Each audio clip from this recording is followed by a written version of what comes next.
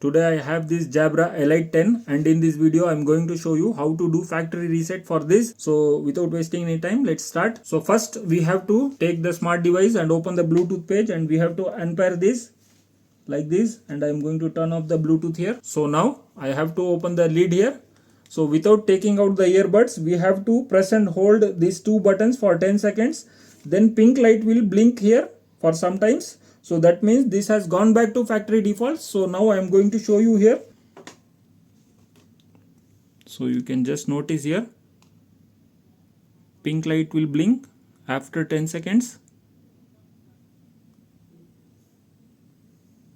So you can see pink light is blinking. So this is how you can do factory reset. Then we have to close the lid for 5 seconds. Then factory defaults has been done successfully.